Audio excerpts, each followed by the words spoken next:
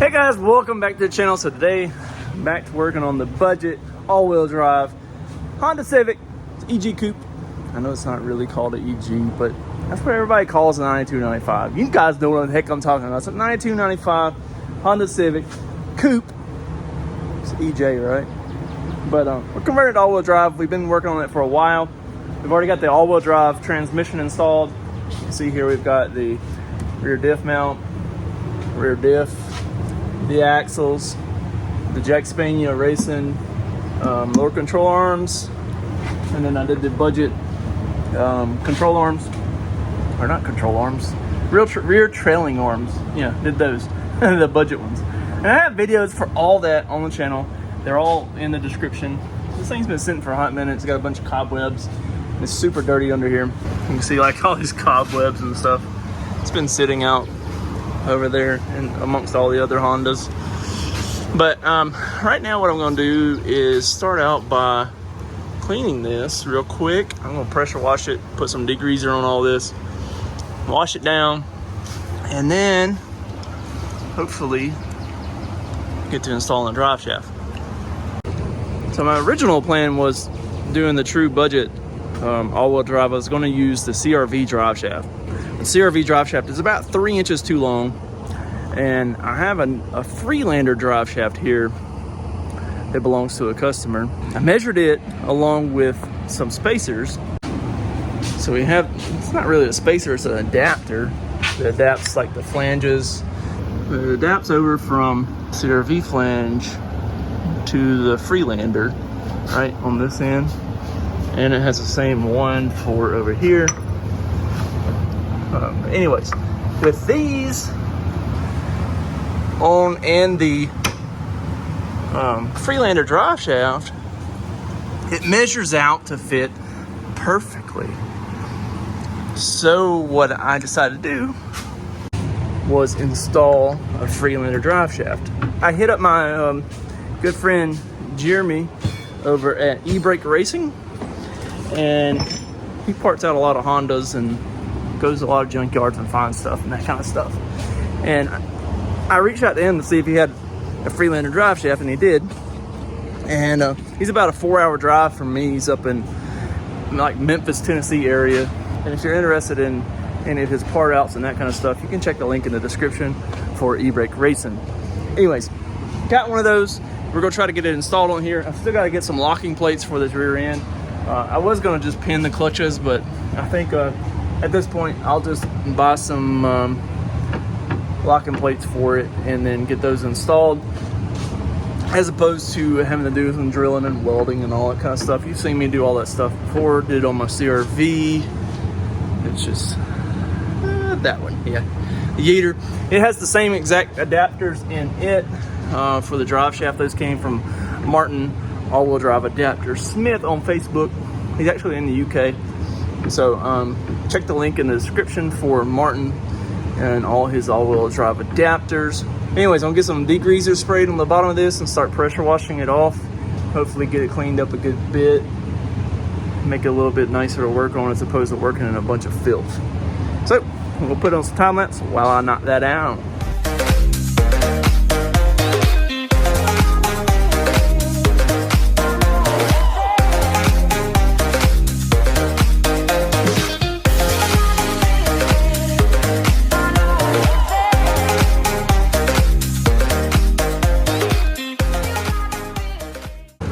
Holy moly, that thing was filthy. That water's so nasty. And it turned out really good under here. Hold on, let me wipe a little bit of this moisture off this camera. Still didn't get all of it off, but.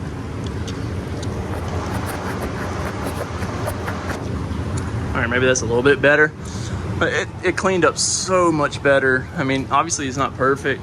I just hit a quick lick with the pressure washer and some simple green, just sprayed it down. Didn't scrub it, just sprayed and go. So that'll make it a lot nicer working on here. And also whenever I go to mount this drive shaft, it'll help it just be a little bit cleaner. Still got some undercoating under here. It's got all kinds of nonsense that needs to come out of here. This car used to be a stance car, and I guess that's part of what they had put in here to hold up maybe the exhaust or something. I don't know.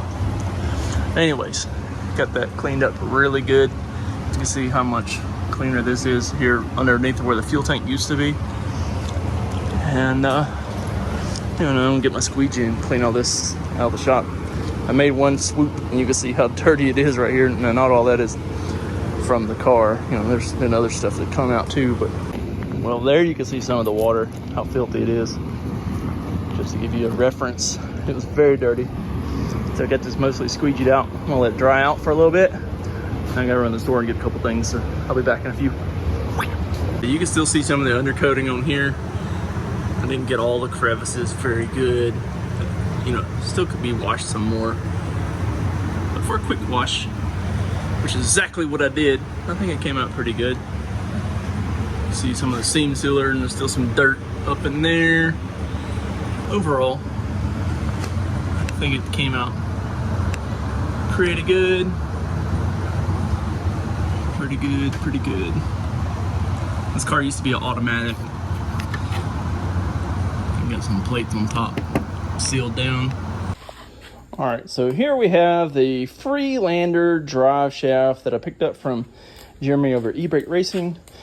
Again, so this is the front, the part that has a little accordion, I guess your slip joint.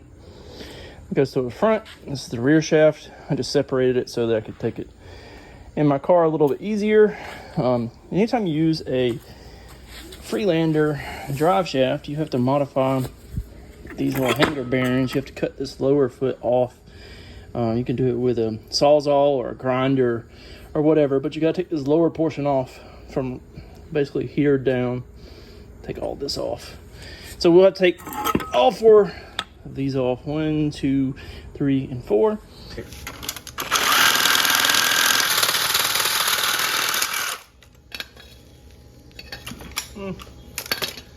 I don't really know that that's the best method, because it leaves a little bit of a flange on there that I'm going to have to cut off with the grinder anyway. So let me whip out the old grinder Maru and let's get the rest of these off.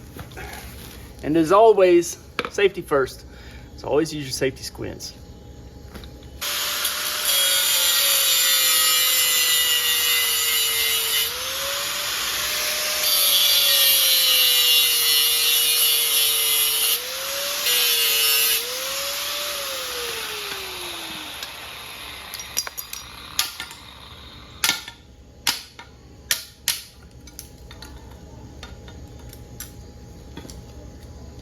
So here on these, cutting these off, I observed something from the first set I cut off. It's been a while since I've done one of these, but it just has a tack weld on each end. So if you just use the cutoff wheel and cut that weld out on each side, it just falls right off, piece of cake. So now we've got all these tabs off. All right, got all 4 of them. Bingo. So now that'll let this sit up in there better. These will actually be mounted in that position, and we'll put a bar, and we'll mount a bar across here, and then it'll sit on that bar, if that makes sense. If it doesn't make sense, stick around with me for a minute, and hopefully we can make it make sense. All right, so hopefully this makes a little bit more sense now. So we've got 2 straps on across here, just holding up right up under those hanger bearings. And you can also change out these hanger bearings and use the BMW style hanger bearings. They're aluminum housing. I actually have a set of the BMW style hanger bearings on the Sierra Yeeter with the Freelander drive shaft that's on it. But you kind of see there, got both of those supported up.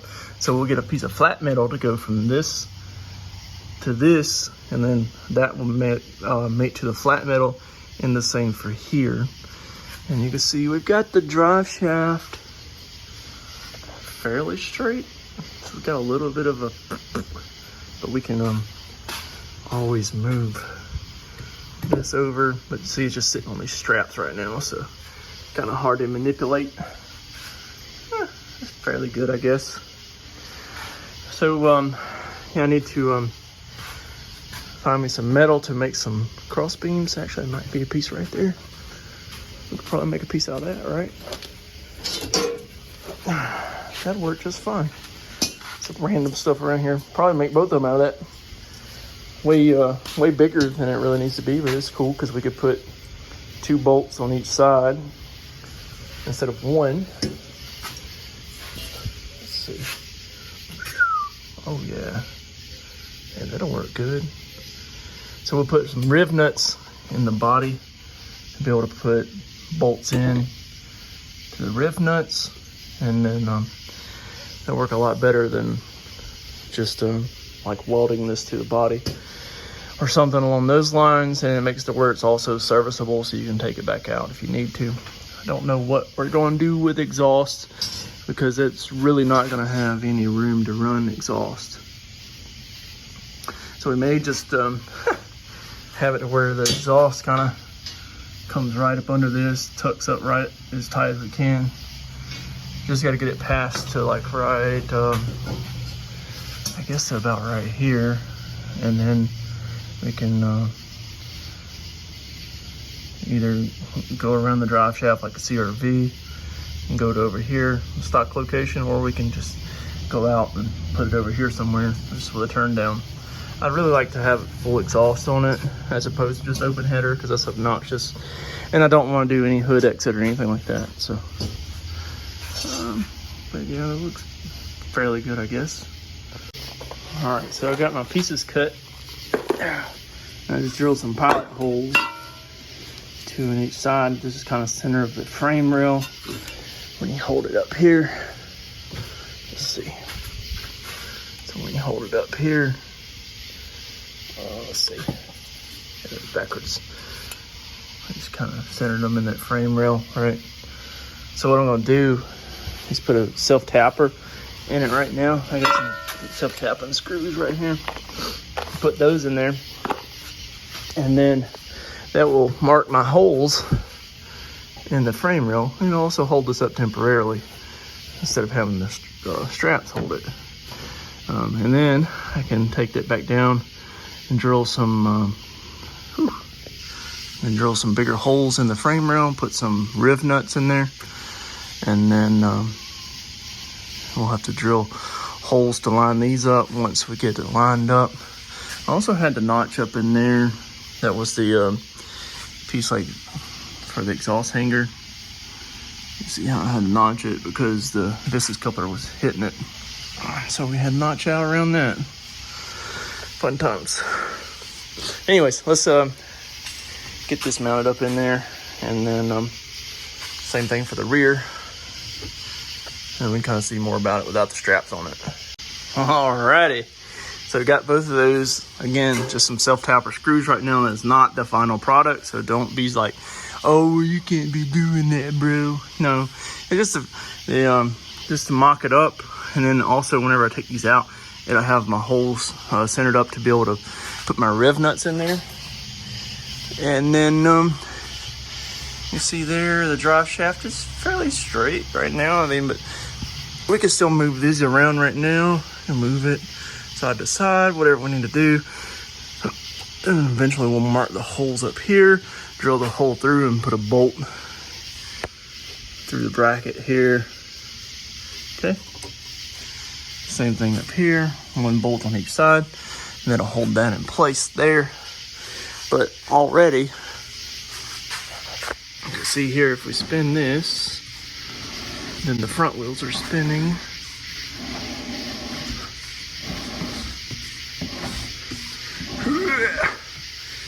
These brakes drag a little bit because it's been sitting. But you see there, the drive shaft is spinning. And the wheels up front, they're spinning too. So I would call that a success for tonight. I'm gonna try to be a little more on top of doing some uploads on the all-wheel drive coupe and getting this thing finished up. Once I finish getting an all-wheel drive, the coupe will be for sale.